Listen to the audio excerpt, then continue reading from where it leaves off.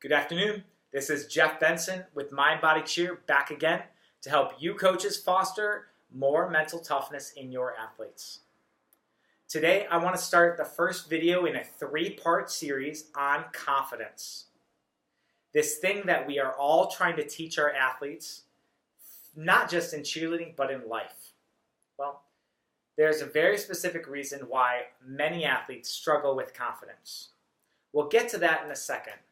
But let's first talk about those teams that we know perform with confidence.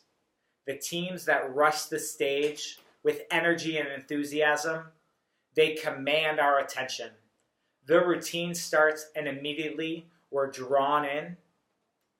By the end of the routine, they're at the dance, even if we're competing against them. We find ourselves clapping along, super excited. They finish the routine and we're jumping out of our seats.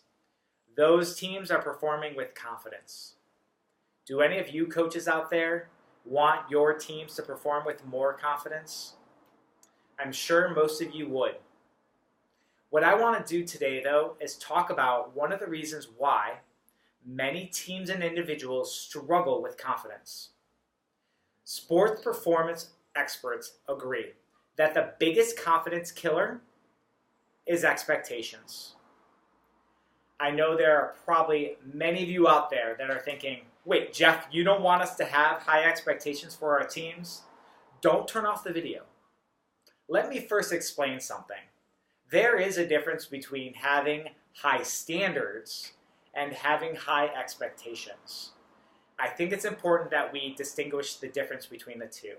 Having high standards is having parameters on how to succeed. You offer advice and you help lead your athletes towards success. The difference is that with expectations, that you have this hope or desire that an outcome occurs. So having expectations as a coach is hoping or desiring without having a game plan for something to occur.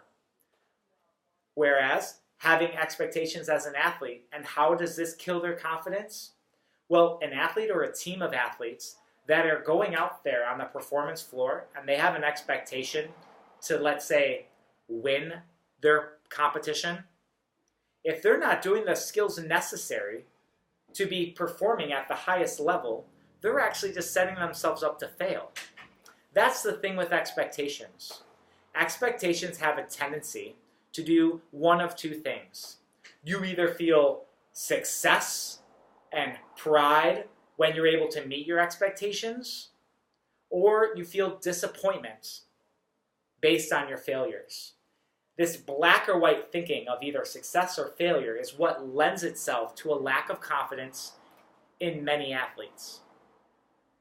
What I want to talk to you all about next week will be how to set those parameters to having high standards. It's a pretty simple acronym that I use called MARS. If you're interested in learning how to foster better confidence or even more confidence in your athletes, stay tuned for the next video in this three-part series.